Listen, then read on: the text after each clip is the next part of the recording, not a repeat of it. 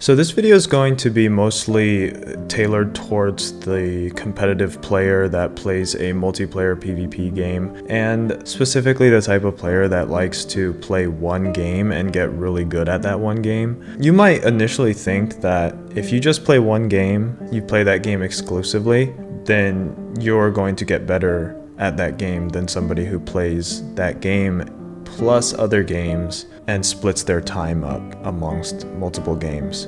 Logically, you might think that it makes sense that the more time you put into, for example, Apex Legends, the more you're going to get out of it compared to somebody who plays Apex and League of Legends and Counter-Strike all at the same time. The purpose of this video is to tell you that that's not necessarily the case, and having a rotation of competitive games can actually make you better at your main game even when you aren't even playing it. This concept also does translate to single player games and MMOs and non-competitive, non-PvP games as well, but the primary purpose is to talk about how you can improve at your main competitive game even when you're not playing it and when you're spending your time playing other games, and why you should do this. These days, I consider myself mostly an FPS player for the past 3-4 years. I played competitive tournaments in college, and I've played to high rating in several FPS titles. But recently, I've been getting to the point where I've been playing so many FPS games that I feel like, it might not necessarily be the case, but I feel like I am getting diminishing returns from continuing to grind my FPS skill set.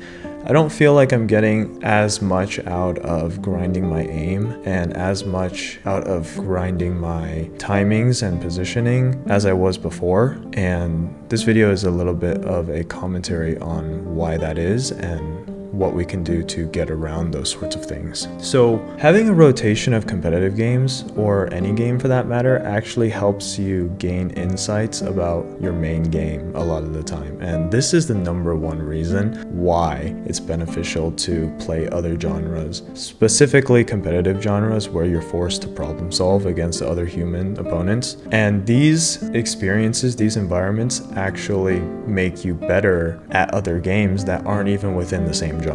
So, for example, when I was grinding Apex really hard last year, trying to reach the top ranks, I was learning a lot about team fighting from an FPS point of view. So in Apex, everybody's a lot tankier than the normal FPS game, so there is more time to team fight and more drawn out team fights, and with the abilities and everything. One thing that's really important to do when team fighting in Apex is you don't really want to take a fair front to back fight a lot of the time. You want to pick off an opponent quickly and turn it into a 3v2, or even better, a 3v1, and just make it unplayable, make the fight unplayable for the enemy. So getting the drop on the enemy, coming in at an angle and taking out a person in their backline that's not expecting it right off the bat, just getting them knocked and turning it into a 3v2, puts the enemy team in a basically unwinnable state and allows you to quickly sweep the fight without having the fight drag on for too long and potentially having other teams come in and third you. And as I was practicing this concept over and over in the FPS genre, positioning and flanking and getting that pick and whatnot, when I went back to play League of Legends, I realized that I could apply a lot of the new concepts that I picked up from my experience last year grinding in Apex Legends. And for example, in League, after the 20-minute mark, you enter into a team fighting phase. And a lot of the time, depending on your composition and the enemy composition, you don't always want to be taking that front to back fight, just like in Apex. If you have a more mobile comp or a more damage oriented comp, a lot of the time it's beneficial for your team to approach team fights in the same way as in Apex, where you want to eliminate the backline as quickly and unfairly as possible before the fight even starts. So coming in at an angle and one-shotting the enchanter, the ADC, someone in their backline that you can quickly take out, puts the enemy team again in a very unwinnable position for that team fight. And this is just one example. There's a lot of ways that this can be applied. If you're not a competitive player, that's totally understandable. For example, let's say you're playing a fighting game, any fighting game, and the other game that you like to play is Elden Ring or something like that, one of those like Souls-like games. Say we're playing Street Fighter 6, right? And you're getting really good at doing your whiff punishes, your frame one punishes, or as close to it as possible, where when the opponent whiffs an attack, you're on it, you're reacting as fast as you can to punish that whiff. And when you go to play your other game like Elden Ring, when the bosses whiff an attack on you, similarly you can get your DPS on the boss out quicker and apply that same concept of frame one punishes in another game. There's a lot of these bridging concepts, if you will.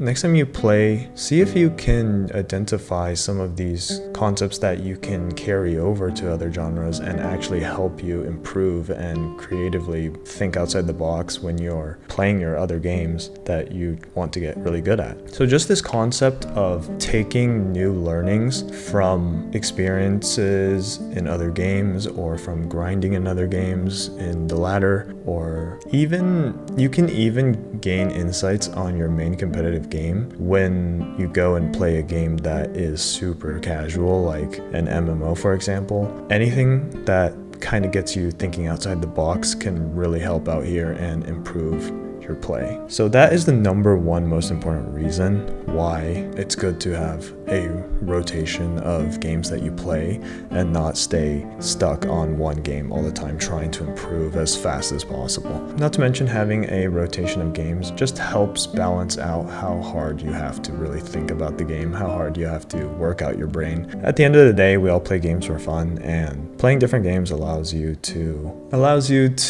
utilize your mental power in different ways, some more relaxing than others, of course. I used to play a lot of old school RuneScape, and this was a very casual, laid-back experience for me when I just wanted something mindless. I could play it on my iPad, I could watch some Netflix while doing some skills in RuneScape. It was a really relaxing way for me to cook up some other ideas on the side, or just watch some YouTube videos, or do something else on the side like edit videos or work on some stuff. So I feel like I was getting a lot of external value from playing other games, like external value as in things in real life that I was getting done alongside playing the game. I know it sounds counterproductive that I'm playing a game and trying to get other things done, but the point is it just helps you utilize your mental power in different ways and helps you relax a bit. I've noticed personally that I like it when I have a high intensity game that I can really focus on and sit down and try to get better and learn, and another more casual